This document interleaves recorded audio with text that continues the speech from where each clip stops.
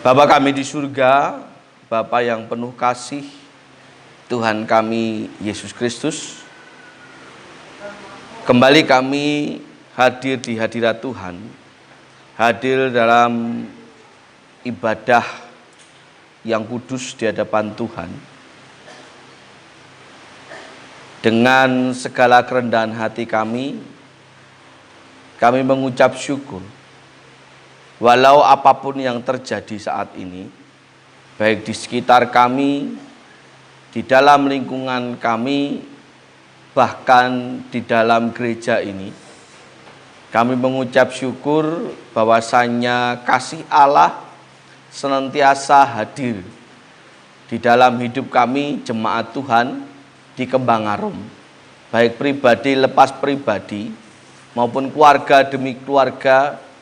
Kami bersyukur masih merasakan kasih Tuhan yang menyertai di dalam kehidupan kami sekalian, yang menyertai perjalanan pelayanan kami sampai hari ini di Kembang Arum ini.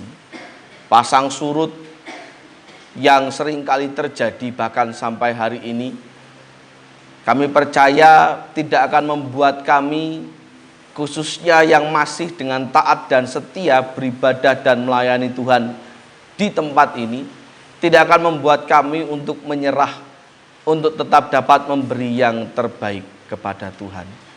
Dan biarlah melalui firman Tuhan yang sebentar juga akan kami pelajari bersama-sama ini, boleh semakin menguatkan supaya hidup kami terbebas, terlepas dari setiap godaan yang ada.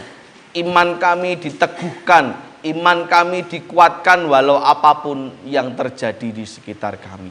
Dan tentunya Tuhan, kami memohon hikmat yang daripada Tuhan, supaya dapat mengerti, memahami dan melakukan apa yang menjadi kehendak rencana Tuhan, khususnya melalui kebenaran firman Tuhan pada pagi hari ini. Buka mata, buka hati, buka telinga, buka pikiran kami semuanya, supaya setiap firman yang boleh kami dengarkan bersama-sama, boleh kami pelajari bersama-sama, menjadi kekuatan penghiburan, serta menjadi pelajaran di dalam kehidupan kami, untuk semakin hari semakin bertumbuh, dan semakin hari semakin menjadi pribadi yang berkenan di hadapan Tuhan. Hamba-Mu yang jauh dari sempurna ini Tuhan, Tuhan tolong, Tuhan berikan hikmat, supaya apapun yang tersampaikan benar-benar berasal dari Bapa dan menjadi berkat bagi kami sekalian. Engkau yang maha sempurna, yang akan menyempurnakan segala sesuatunya. Terima kasih Tuhan, dan dalam nama-Mu Tuhan kami Yesus Kristus, Tuhan dan Juru Selamat kami yang hidup, kami berdoa dan mengucap syukur. Amin. Shalom. Selamat pagi. Kalau kata Pak Eko tadi, banyak bangku yang kosong. Ya, tetap mengucap syukur. Bangku mungkin bisa kosong, tetapi jangan biarkan hati kita kosong. Apa meneh pikirannya kosong, ngelamun, gitu. Jangan. Biarlah tetap terisi oleh kasih Tuhan, terisi oleh kebenaran firman Tuhan. Manusia itu bisa datang dan pergi, ya toh? Dimana kita bisa berusaha untuk mencegah, tetapi kita tidak punya kuasa untuk mengendalikan. Baik di gereja maupun di mana saja, itu pasti akan terjadi. Karena memang hidup itu pasti selalu ada godaan yang menghampiri setiap pribadi. Setiap kita pasti akan digoda. Karena pada hakikatnya itulah tugas iblis dan itulah kehidupan manusia. Sejak zaman Adam dan Hawa diciptakan pun, manusia itu sudah mendapat godaan. Ya toh? Manusia sudah mendapat godaan, terlebih kita yang hidup pada masa sekarang ini dengan berbagai macam kecanggihan teknologi, keindahan duniawi, maka tidak menutup kemungkinan akan semakin banyak manusia yang akan tergoda. Ayo toh, masa saiki sing semangat gitu. Tergoda. Aja tergoda karo bangku kosong. Aja tergoda dengan bangku yang kosong. Nah, persoalannya adalah siapa yang salah ketika ada manusia yang tergoda lantas masuk dalam dosa? Siapa yang salah? Tuhankah? Atau iblis? Siapa? Benar. Yakobus pasal yang pertama ayat 13 sampai 14, tiap-tiap manusia dicobai oleh dirinya sendiri dan ia terseret oleh karenanya, bukan Tuhan. Jangan pernah berkata bahwa ketika kita dicobai, ketika kita digoda, oh Tuhan sedang mencobai saya. Tidak. Ketika kita jatuh dalam dosa, jangan pernah berkata, oh saya kilaf, atau oh gara-gara setan, gara-gara iblis. Bukan. Lupa masa bukan karena setan, bukan.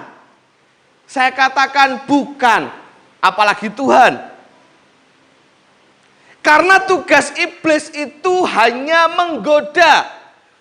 Tugas iblis itu hanya ngawe-ngawe, hanya ngajak, hanya menjerumuskan. Tetapi iblis tidak punya hak. Iblis tidak punya kewenangan untuk memutuskan apa yang akan manusia tempuh. Apa yang harus manusia pilih dalam kehidupannya. Iblis tidak punya hak untuk itu. Kembali mengingat bagaimana proses cobaan yang dialami oleh Ayub. Jelas bukan Tuhan yang punya inisiatif untuk membuat Ayub jatuh sejatuh-jatuhnya ke dalam cobaan yang luar biasa. Bukan Tuhan. Iblis bagaimana Pak? Iblis hanya berusaha mencoba untuk menjatuhkan mentalnya Ayub. Iblis hanya berusaha untuk menggoda Ayub supaya Ayub mengutuki Tuhan. Tetapi kembali lagi pilihan ada di tangan Ayub. Sama terjadi dalam hidup kita. Iblis seringkali hanya ngiming-ngiming, goda. Tetapi pilihan untuk jatuh atau tidak itu di tangan kita. Kita selalu punya kesempatan untuk memilih apakah jatuh di dalam godaan yang diiming-imingkan iblis atau tetap bertahan di dalam kesetiaan kita walau apapun yang terjadi. Nah, bagaimana caranya supaya kita bisa mengendalikan diri atas godaan itu? Bagaimana caranya kalau tema ini dibuat pada bulan ini? Bagaimana caranya supaya kita menang atas godaan itu? Mari kita buka dalam kitab Matius pasal yang ke-26, ayatnya yang ke-41.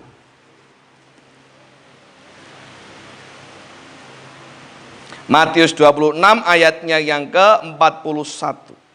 Sampun? Nah, itu. Berjaga-jagalah dan berdoalah supaya kamu jangan apa? Jangan jatuh dalam pencobaan, karena roh itu memang penurut, tetapi daging itulah. Bagaimana caranya supaya kita tidak terjatuh ke dalam pencobaan, ke dalam godaan? Bagaimana supaya caranya setiap kita bisa memilih untuk tidak mendengar godaan iblis, untuk tidak tergoda apapun yang ditawarkan oleh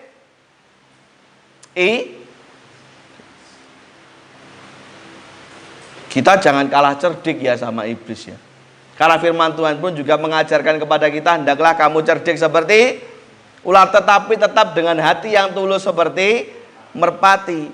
Firman Tuhan pun mewajibkan setiap kita untuk cerdik. Salah satunya yang kemarin baru kita lakukan, supaya tidak semua jemaat jatuh dalam dosa karena durpres jalan santai, maka ibadahnya diundurkan, dialihkan jamnya. Itu salah satu triknya. Terlepas dari setelah itu banyak yang datang atau tidak, yang berjalan santai tetap melu datang modal, nah itu urusanmu sendiri, hatimu dengan Tuhan. Apakah hatimu tergoda untuk istirahat geletak? Kesel banget gitu. Saya khotbah itu rasanya kayak moto itu melek tapi pikirannya tidur rasanya itu.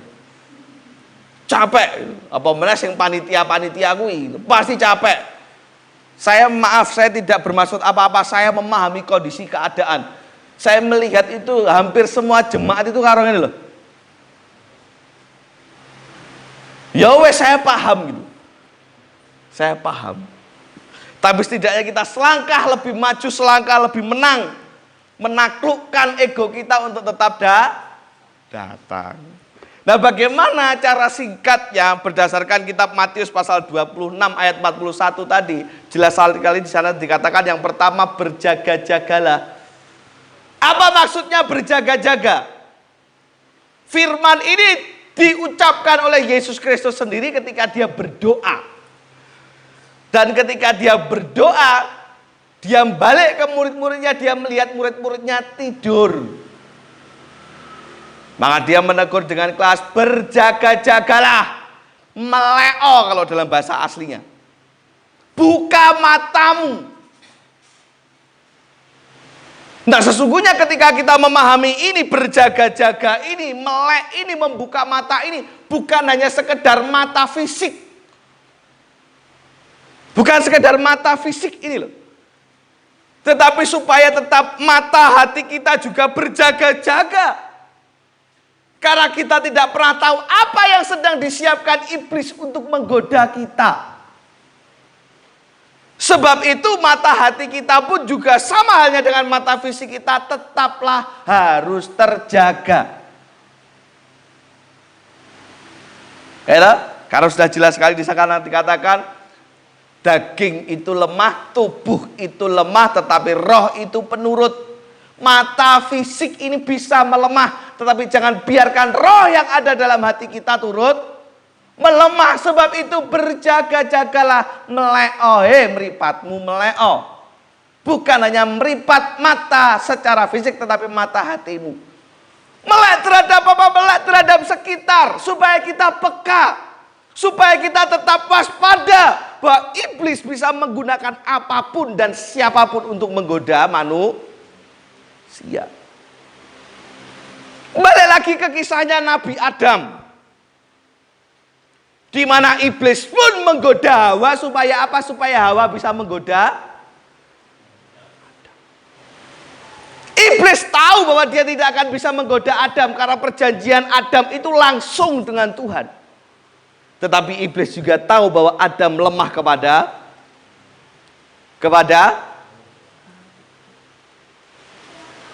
makanya itu orang Kristen itu banyak yang bapak-bapak, yang suami-suami lemah ketika istri ngajak, mas mumpung pray yuk dolan jalan-jalan yuk. Lho Dek, ibadah ibadah sesok. Lemah wong lanang. Ya ta? Apa meneh diancam? Engko ora tak jatah lho. Masakne Mas Teh. Ora tak jatah masakan. Mulai ora tak masakke lho. Nah, repot kan? Sing iso masak dhewe, ning ora kabeh wong lanang iso masak dhewe. Gawe teh wae kadang kelegen ora ngerti ukurane gula. Ora kabeh wong lanang kaya Pak Batiar. Sing iso bumboni masakan dhewe. Gitu. Paling mentok mung iso godhog mie karo gawe sego. Gawe sego kadang jemek. Gitu, ora kabeh wong lanang iso. Bakal wis diancam ngono ya wis lah, daripada ora dimasake bojoku. Budal. Iblis bisa memakai siapa saja di sekitar kita, bahkan orang-orang terdekat, orang-orang yang kita sangka saling mengasihi pun bisa dipakai iblis untuk menggoda kita. Sebab itu mata hati kita tetap harus berjaga dan waspada. supaya jangan prioritas kita teralihkan, sehingga kita tidak jatuh ke dalam perangkapnya iblis. Maka perlu tetap waspada. Iblis seringkali menggunakan segala sesuatu yang ketok api. Apapun itu bentuknya, baik acara, kegiatan, keputusan, atau apapun. Padahal belum tentu apa yang kita lihat baik, apa yang kita anggap baik, baik pula bagi Tuhan. Wong kadang kita rumangsa niki wis apik, keputusan iki wis apik, ning ya akeh menungso sing ora nganggep apik iki ya akeh. Gitu. Apalagi Tuhan. Apa yang kita anggap baik, apa yang kita anggap benar, belum tentu begitu juga dianggap baik dan benar di hadapan Tuhan. Lah piye carane supaya kita anggap baik tetapi baik juga di hadapan Tuhan? Artinya tetap waspada, peka. Supaya kita tahu apa yang dianggap baik oleh Tuhan, supaya kita tahu apa yang dianggap benar oleh Tuhan, dan kita tidak terjerumus ke dalam keputusan-keputusan yang nampaknya baik menurut kacamata kita.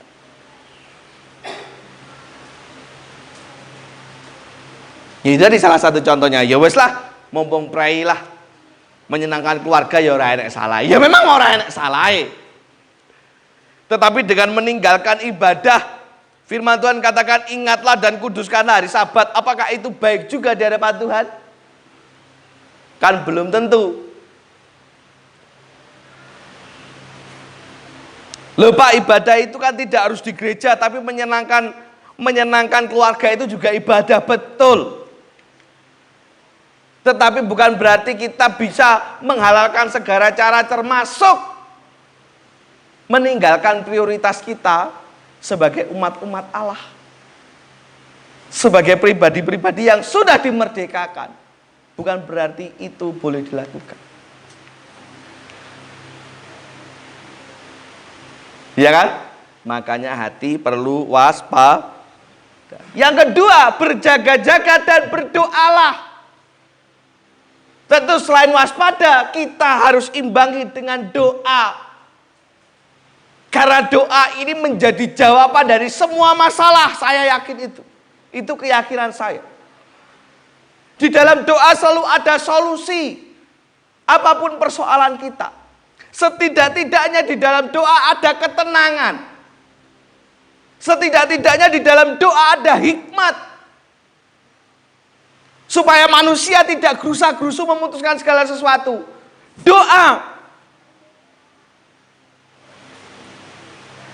Karena doa itu juga membangun kedekatan dengan Tuhan. Dan ketika manusia membangun kedekatan dengan Tuhan, maka kok saya meyakini otomatis imannya itu juga akan makin kuat. Makanya saya percaya juga, saya yakin orang-orang yang seringkali jatuh dalam dosa, orang-orang yang seringkali meninggalkan Tuhan, saya yakin, wis toh, orang ngajak taruhan, tapi saya yakin, jenengan cek dewi, pasti kehidupan doanya tidak baik. Orang-orang yang seringkali meninggalkan ibadah, yang dengan sengaja meninggalkan persekutuan, yang dengan sengaja meninggalkan perpuluhan, yang dengan sengaja meninggalkan doa secara pribadi maupun bersama-sama, meninggalkan membaca firman, saya yakin kehidupan doanya jelek. Doa makannya bumbuan dilakoni orang. Saya yakin. Gak percaya? Silahkan survei. Orang-orang yang hatinya kurang setia, orang-orang yang mudah tergoda, baik urusan gereja atau urusan pribadi dengan dosanya di rumah, di luar rumah, di lingkungan manapun, saya percaya kehidupan doanya tidak baik. Walau dengan alasan Allah ngubyuki, Pak, ngubyuki tahu? Apalagi bahasanya Pak Tuk dulu itu, grapiai, ngajeni temene, alah ayolah sak gelas wae lah, ora apa-apa lah, sak gelas wae kok, ya wis lah ngajeni kanca. Kalau orang itu kehidupan doanya bagus, kehidupan doanya baik, saya percaya dia nggak akan tergoda walaupun istilahnya ngajeni atau apapun. Dia akan bisa menolak dengan cara yang sopan.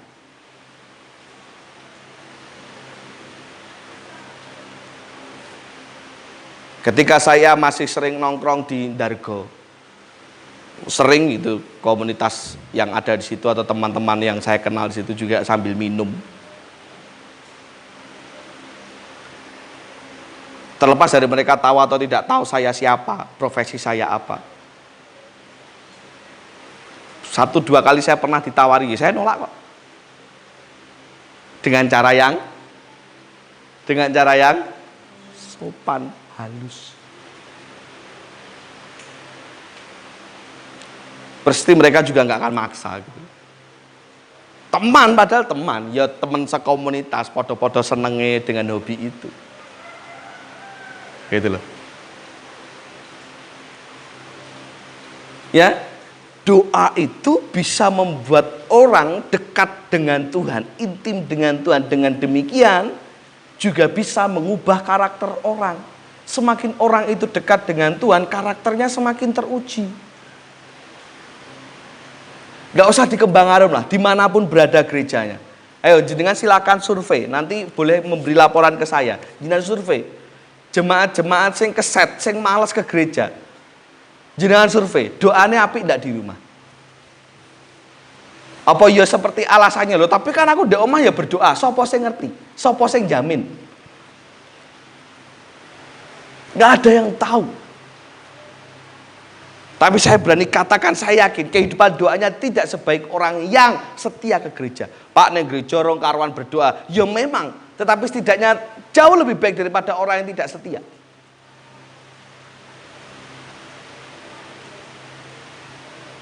Ya, itu pasti gitu.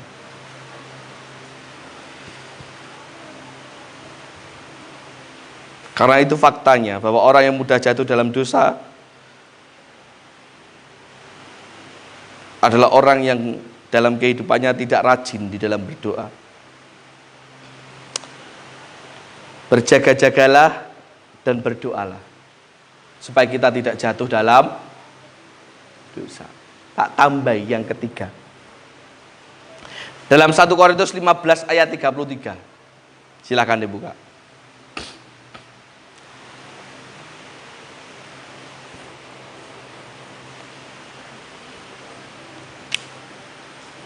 Satu Korintus pasal yang ke-15 ayatnya 33. Yang sudah menemukan, baca dengan keras. Janganlah kamu sesat, pergaulan yang buruk merusakkan kebiasaan yang baik. Pergaulan yang apa, Pak? Pergaulan yang apa? Pergaulan yang sesat. Pergaulan yang buruk apa? Saapi-api menungso, tetapi ketika dia terjebak di dalam kumpulan komunitas pergaulan yang buruk, akan lebih mudah, lebih cenderung ikut masuk terjerumus di dalamnya. Artinya apa? Cara yang ketiga supaya kita menang atas godaan apa? Ada lagunya Opi, bukan Opi Kumis ya. Lagunya memang rohaninya saudara-saudara kita Muslim. Tapi ada satu poin di sana yang saya tangkap yang baik gitu. Tombo ati itu, entah saya yang keberapa saya lupa, yang ketiga atau keempat. Wong kang soleh kumpulono gitu kan? Ada tak kalimat itu? Wong sing soleh kumpulono, orang yang soleh kumpulono, orang yang baik-baik kumpulono.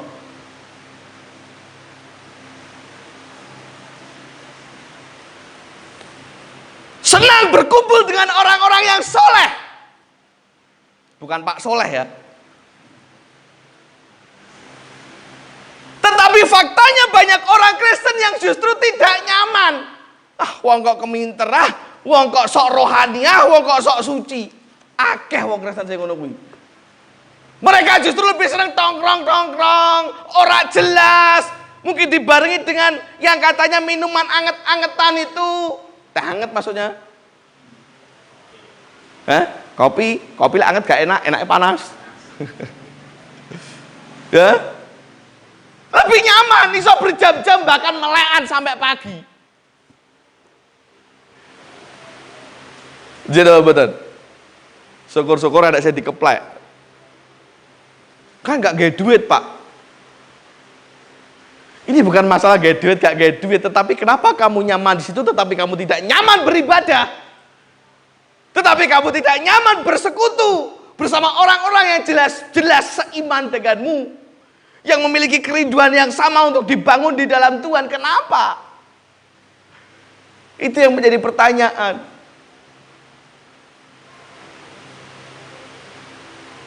Lupa, tapi gereja kan tidak jamin itu. Bagi orang-orang yang ngeyel kan selalu berpendapat begitu. Nek gereja kan gak jamin, yang gereja ya iso gare jengkel, iso gare dosa, Pak.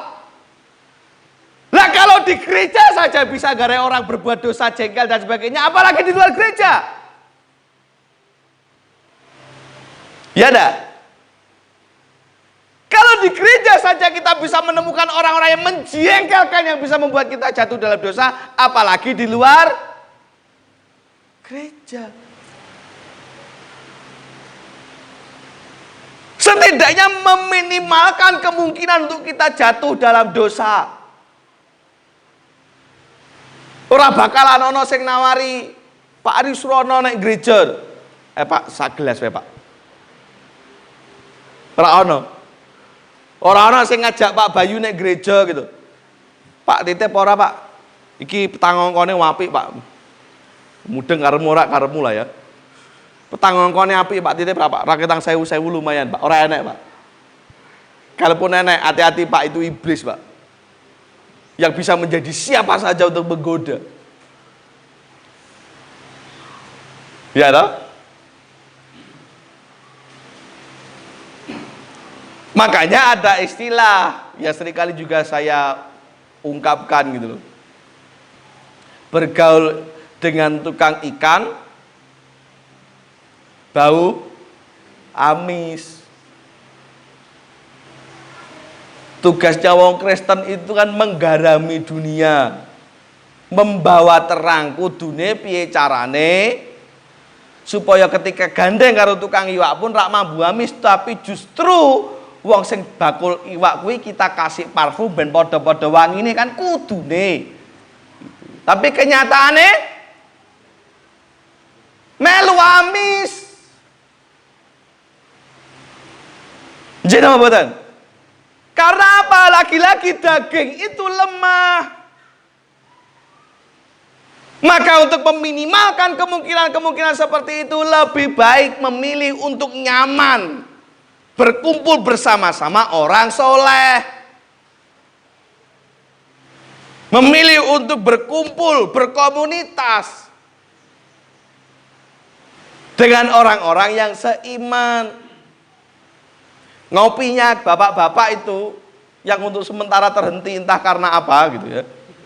Mungkin belum ada yang bersedia tempatan gitu loh, belum sempat untuk berkumpul lagi, tidak tahu gitu.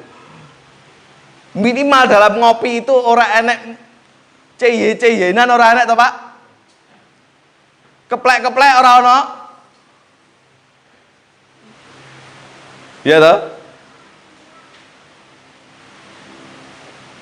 Walaupun lek dikira rasan-rasan ya jane iso. Lho, ngopi bareng-bareng iso kumpulake ning PBI kok ora enek sing mangkat.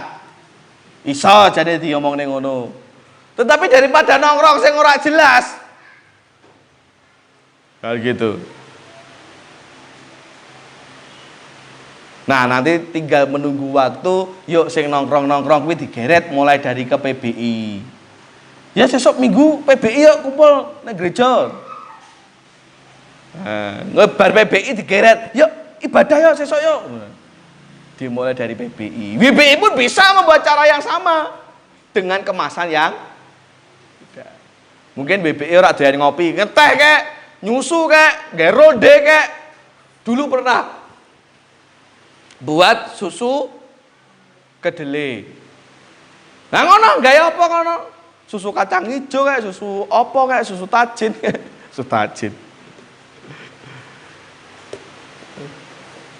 Deborah tahu tajin? Wah, yola? Orang ngerti meneh. Iya, tajin nggak ngerti tajin? Vera ngerti? Tajin nggak ngerti? Apa mungkin saya generasi terakhir yang ngerasane tajin ya? Hah? Bu Batiar, mbok tulung lek masak sego disisake gawe tajin opo? Tapi sekarang gak ada game Magicom orang tajine ya. Ayo, do canggih kabeh. Ya pantesan anak-anak kita ya makin ora paham itu. Itu enak loh itu. Kasih garam dikit karo gula gurih enak gitu. Saiki game Magicom orang tajine ya. Atau kumpul-kumpul gawe roti apa kayak gitu. Buatlah komunitas kerohanian ini jauh lebih nyaman. Kalau ternyata rasanya tetap tidak nyaman, ojo malah mbok tinggal. Tapi caranya pikirkanlah supaya bisa menjadi nyaman untuk bersama. Kalau kamu punya ide, taruhlah idemu di situ. Ada beberapa orang itu, ya muga-muga nek Kembang Arum ora ono, merasa tidak nyaman. Mungkin dengan ibadahnya di Kembang Arum atau di gerejanya dia masing-masing. Entah mungkin menurutnya kurang kusuk, lagunya tidak menarik, kurang menyembah dan sebagainya. Termasuk khotbahnya juga gak ada yang ngantuk dan sebagainya. Pindah gereja atau bahkan orang yang gereja. Loh, kalau kamu merasa ada sesuatu yang salah sehingga membuat tidak nyaman, buatlah itu kumpulan menjadi nyaman. Ojo malah mbok tinggal. Ya toh? Kebanyakan orang begitu, justru malah ninggal. Kalau punya ide, gagasan, masukan apa yang bisa membuat semakin semarak, sampaikan, terapkan. Aja malah mbok tinggal. Itu namanya tidak menang atas godaan, tapi justru tergoda untuk meninggalkan. Ya toh? Karena tidak banyak orang yang mampu bertahan di tengah-tengah lingkungan yang buruk. Cepat atau lambat pasti akan terpengaruh. Karena apa? Yaitu tadi.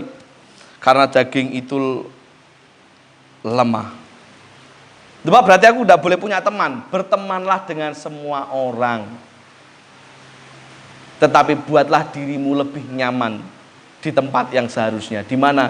Di lingkungan orang-orang yang seiman, yang beriman. Supaya jangan membuat kesempatan kita jatuh dalam dosa. Pak Batir dengan hobinya mancing itu aku yakin koncomu akeh mesti. Tapi jangan buat dirimu jauh lebih nyaman di sana daripada di gereja. Ya kan? Berteman silahkan, bebas. Justru dengan demikian sopo ngerti Injil tersampaikan. Tapi jangan buat dirimu jauh lebih nyaman. Mulai nyaman kono akhirnya Pak Batir orang yang gereja abot mancingnya. Tapi nyatanya kan orang. Nek gereja sik mancing bareng gereja. Lah itu bagus. Nyamankan dirimu sendiri dulu. Bersama-sama Allah dalam komunitasnya, di gereja khususnya. Gitu loh ya. Dan apapun yang menjadi hobi aktivitas Anda, silahkan berteman dengan siapa saja. Tapi ingat, buatlah dirimu jauh lebih nyaman dalam komunitasmu bersama saudara-saudara yang seiman. Mbok ngobrol nek gereja sampai sore bar ibadah ya wis kono silahkan. Aku kesel ngantuk ya paling tak tinggal geledak dilut. Ku bar tak kancani meneh gitu. Daripada ngobrol gak jelas nek ngene ndimbuh kono. Ya kan? Berjaga-jaga atau dalam artian waspada, berdoa, dan bergaul dengan orang-orang yang baik, menjaga pergaulan supaya tetap baik. Salah satu atau beberapa cara singkat untuk mencegah kita jatuh dalam dosa, jatuh dalam godaan. Waspada, tetap berdoa, dan berkumpullah dengan orang-orang yang bisa membangun. Minimal kalaupun ora sak gereja, minimal tidak membawa Anda ke dalam kesesatan. Ya ora apa-apa lah kumpul atau nongkrong dengan orang-orang yang tidak seiman, tetapi tidak untuk kesesatan. Ketika wis buka botol, ketika wis ngomongin sesuatu yang menjurus kepada dosa, tinggalkan. Lebih baik tidur di rumah. Ya, jagalah hati kita dengan segala kewaspadaan supaya kita tidak jatuh di dalam dosa dan godaan. Ingat, iblis itu hanya menggoda. Dia hanya menawarkan hal-hal yang menyilaukan mata, menyenangkan hati manusia. Tetapi segala keputusan ada di tangan kita. Kita sebagai manusia selalu punya pilihan untuk memilih. Ikut omongane setan, ikut omongane iblis, gugu awake dhewe, apa ikut apa kata Tuhan. Itu pilihan ada di tangan kita. Jadi jangan salahkan Tuhan, jangan salahkan iblis ketika kita jatuh dalam godaan. Karena apapun itu bentuknya, kitalah yang memilih untuk melangkahkan kaki ke arah sana. Sebelum itu terlambat, berjaga-jaga, berdoa, dan bergaulah dengan orang-orang yang baik. Jaga hatimu, jaga sikapmu, jaga perbuatanmu, jaga pergaulanmu, tetap baik dan benar di hadapan Tuhan. Dan memberkati kita semua, kiranya apa yang kita harapkan, apa yang kita rindukan, dikuatkan, diteguhkan oleh Tuhan. Kita akan tunduk kepala dan berdoa. Bapa kami surga, terima kasih Tuhan untuk pembelajaran firman Tuhan pada pagi hari ini. Biarlah kiranya menguatkan, juga mengajarkan kepada kami prinsip-prinsip yang benar di dalam hidup sebagai umat pilihan Tuhan, sebagai orang percaya, sebagai orang yang sudah dimerdekakan.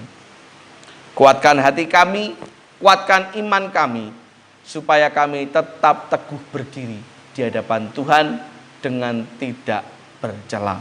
Di tengah-tengah godaan dunia, di tengah-tengah gemerlapnya dunia, mampukan kami untuk tetap kuat menjaga iman kami di hadapan Tuhan. Terima kasih Tuhan, terima kasih Yesus. Hamba-Mu sudah selesai berbicara. Dan biarlah Roh Kudus-Mu yang meneguhkan, menguatkan, dan memberkati hati jemaat-Mu sekalian. Mohon ampun atas segala dosa dan kelemahan hamba-Mu ini. Dan dalam nama-Mu Tuhan Yesus kami berdoa dan mengucap syukur. Amin.